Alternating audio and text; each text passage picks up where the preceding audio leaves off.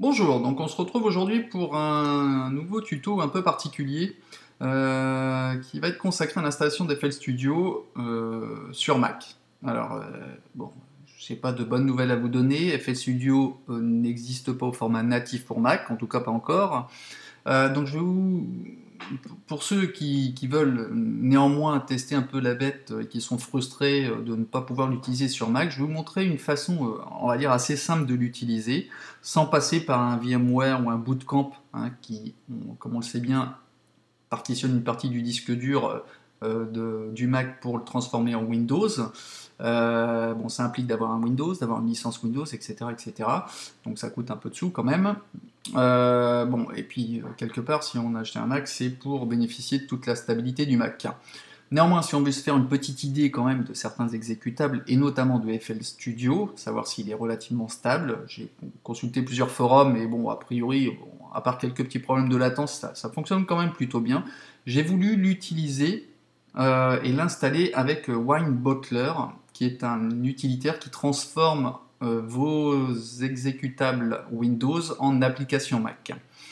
Et ce, très simplement. Donc je vais vous montrer, je ne rentre pas dans le débat de savoir si c'est bien d'utiliser des émulations de Windows sur Mac ou pas.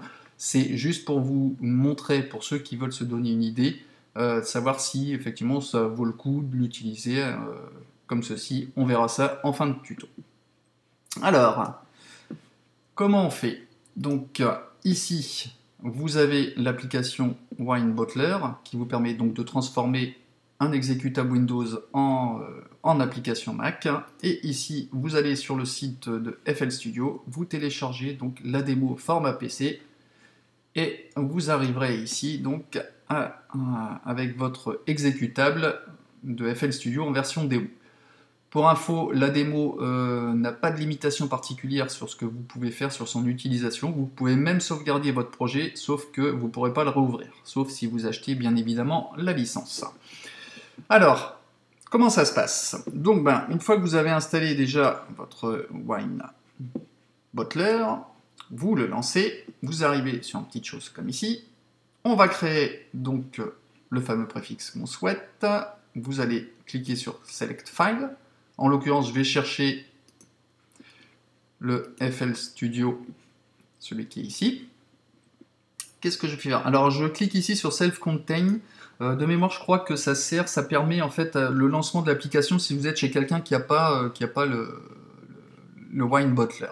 Ok. Donc là, vous cliquez sur Install. Où vous voulez l'installer. Donc moi, je vais le créer sur le bureau pour l'instant. Je vais l'appeler FL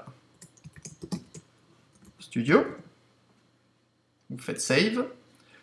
Voilà, maintenant, il va mettre un petit moment à exécuter, à faire son petit travail. On est bien d'accord, on est dans de l'émulation, donc forcément, ça prend un petit peu plus de temps. Vous voyez qu'ici, il commence déjà à me créer mon application. Donc, si ça prend un peu de temps, je mettrai la vidéo en accéléré. Voilà, bon, moi, c'est quand même relativement rapide. Voilà, donc il prépare donc l'installation sans que vous vous rendiez compte en fait directement avec les programmes files, etc., etc., toutes les ressources qu'il faut pour installer comme si c'était sur Windows. Donc là, vous faites Next, les contrats de licence, vous êtes d'accord. Pour un seul utilisateur ou plusieurs, donc je mets pour tous. Alors ici, comme on est sur Mac, vous décochez ASIO for All et le Desktop Icon, parce qu'on s'en fout, parce qu'on ne va pas être sur le PC. Vous laissez donc FL Studio as plugin, et enfin vous décochez simplement le pilote ASIO for All et Desktop Icon. Vous faites Suite, Next. Pareil pour les plugins, ça vous mettez non j'accepte pas, c'est encore des trucs pour accélérer la vitesse, etc. On s'en fout. Installe. Donc il va installer la façon classique, un programme comme si vous étiez donc sur Windows. Donc il nous fait sa petite installation tranquillement.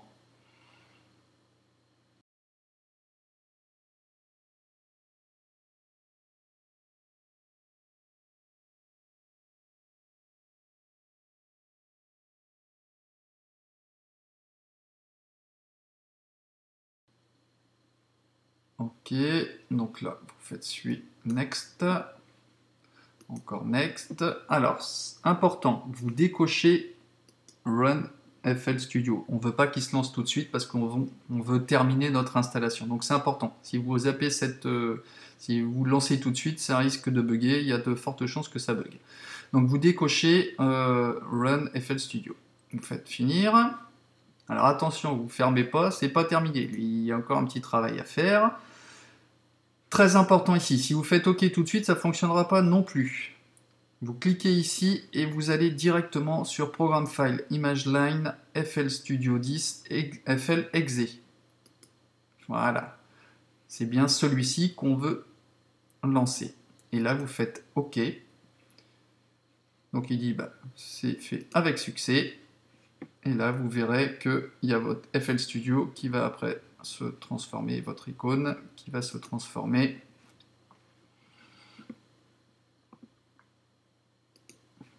Voilà. Donc maintenant, on se retrouve. Donc effectivement, après, vous pouvez le glisser et le mettre dans vos applications si vous souhaitez. Maintenant, on lance le petit programme. Donc il va lancer, donc j'ai bien la version de démo.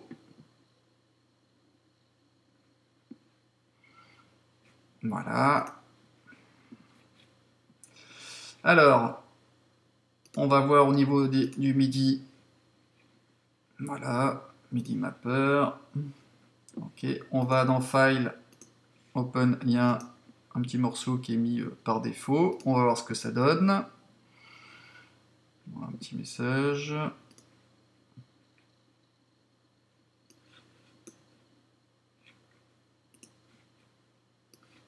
On lance pour voir si ça fonctionne bien.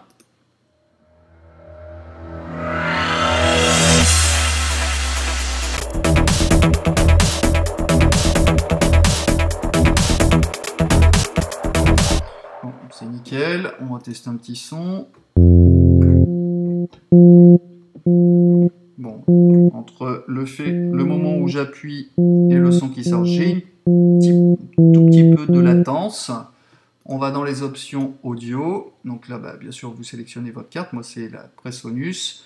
Donc, plus vous allez augmenter le buffer, moins vous aurez de latence. Mais bon, plus vous aurez de latence. Donc, il faut baisser le buffer pour récupérer un petit peu et pour réduire votre latence. Alors, vous voyez, quand ça craque, c'est que il faut remonter un petit peu.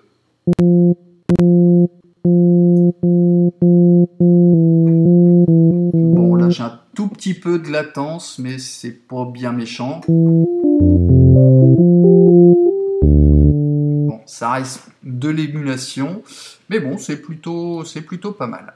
Donc, en tout cas, si vous souhaitez faire joujou avec, écoutez, là, je vous ai montré une façon rapide d'installer. Ça a l'air plutôt stable, même avec tous ces instruments-là composant le petit morceau, ça passe plutôt bien. Je le remets.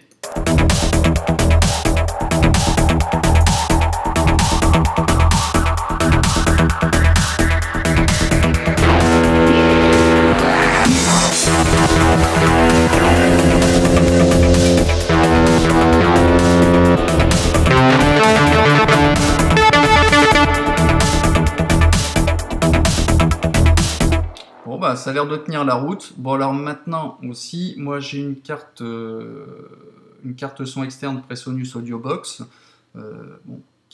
avec laquelle normalement il n'y a pas de latence. J'en ai aucune sur les autres programmes que j'utilise, sur les applications pour Mac native.